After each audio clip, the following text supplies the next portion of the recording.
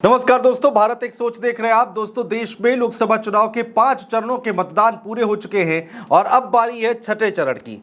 उत्तर प्रदेश में छठे चरण में वोटिंग होनी है और इस छठे चरण में आजमगढ़ में भी वोटिंग होनी है। आजमगढ़ वो सीट जो कि उत्तर प्रदेश में तमाम सीटों में से सबसे हॉट सीटों में से एक है। धर्मेंद्र यादव यहां से चुनाव लड़ रहे हैं, अखिलेश यादव यहां से चुनाव लड़ते आए हैं, जीते आए हैं। इससे पहले मुलायम सिंह यादव ने भी यहां से चुनाव लड़ा और जीता, और अब धर्मेंद्र यादव 2024 का चुनाव समाजवादी पार्टी की तरफ से लड़ रहे हैं। इस पूरे आजमगढ़ की अगर हम बात करें तो 10 विधानसभा सीटें आती हैं, लेकिन आजमगढ़ जहां से धर्मेंद्र यादव लड़ रहे हैं उसमें 5 विधानसभा सीटें आती हैं। हालांकि 10 की 10 विधानसभा सीटों पर समाजवादी पार्टी का कब्जा है। भारतीय जनता पार्टी ने उपचुनाव में जरूर जीत हासिल की थी, लेकिन इस बार का माहौल क्या है, जैसा कि पहले भी हमने अपने आपको बताया है कि हमारी जो एक टीम है वो ग्राउंड जीरो पर निकली हुई है, आजमगढ़ में जगह जगह घूम रही है और जगह जगह ये जानने की कोशिश कर रही है कि आखिर माहौल कितना टाइट है। अमन श्रीवास्तव हमारे सहयोगी ग्राउंड जीरो पर मौजूद हैं और लगातार शहर से लेकर गांव तक घूमने की कोशिश कर रहे हैं।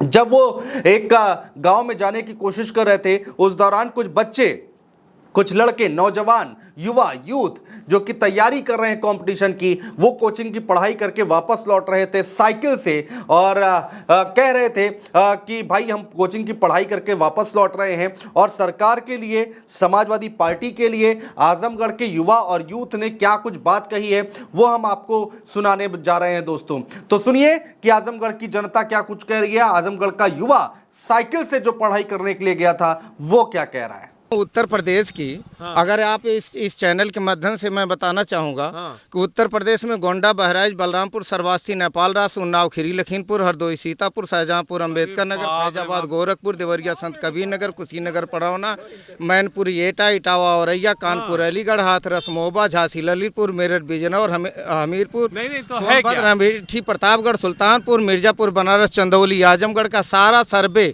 ये ड्राइवर भी इनसे इनकी जो काला कानून 80 सीट आप गिना दिए। मैं गिनाया नहीं हूँ, आप जो मुझसे भूल हुई होगी वहाँ से आप जोड़ लेना। जो मुझसे छूटा होगा आप जोड़ लेना। लेकिन 80 का 80 सीट पूरे उत्तर प्रदेश के सभी युवा पीढ़ी नाराज है, किसान नाराज है, खास करके ड्राइवर हर ट्रैफिक ब्रेकर पे नाराज है कि ऐसी सरकार से नाराज हो कि लोग इसके खिलाफ इंडिया गठबंधन जो बीजेपी को हराएगी उसको जिताने में सब अभी भी वो सब कह रहे हैं 400 पार। 400 पार नहीं, उसका गिनती अब 7वें चरण तक, 7वें आसमान में किसानों का गुस्सा चढ़ गया। उस 400 हार उनकी। अच्छा माहौल है। क्या करते हैं?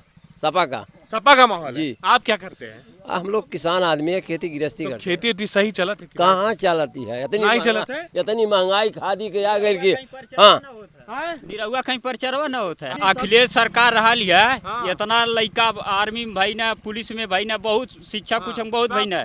योगी जी कहते सब यादव है। यादव का ठाकुर पंडित ना हमें।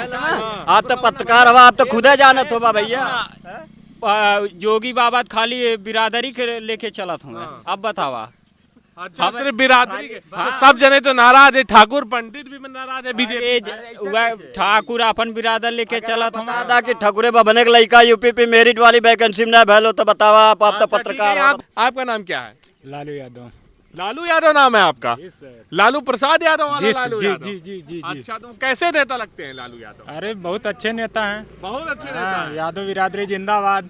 किस चीज की कोचिंग करते हैं? कुछ नहीं, कंपटीशन की करते हैं तैयारी। कंपटीशन की तैयारी कर रहे हैं। तो क्या बताया जा रहा है पेपर लीक हो जा रहा है? हाँ, पेपर तो लीक हो रहा है, यहाँ पर देख ही रहे हो आप भी लोग। हाँ। तो फिर तैयारी क्या फायदा?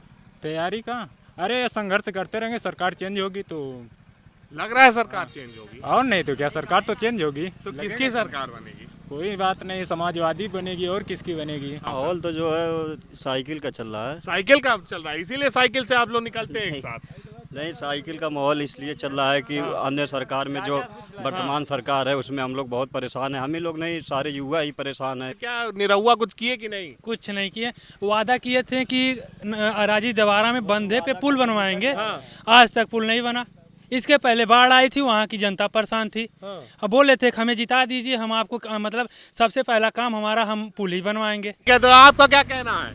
कहाँ जा रहे हैं? घर जा रहे थे, कोचिंग से आ रहे थे। घर जा रहे थे। तो क्या है ये एसएससी की तैयारी कर रहे हैं, कुछ निकलेगी वैकेंसी कुछ सरकार से मुझे उम्मीद तो नहीं है। अब देखिए आगे सरकार गठबंधन, इंडिया गठबंधन आता है, उससे कुछ उम्मीद किया जा सकता है। उम्मीद है उससे? लग तो रहा 30 लाख बोली है, हाँ। उससे उम्मीद किया जा सकता है।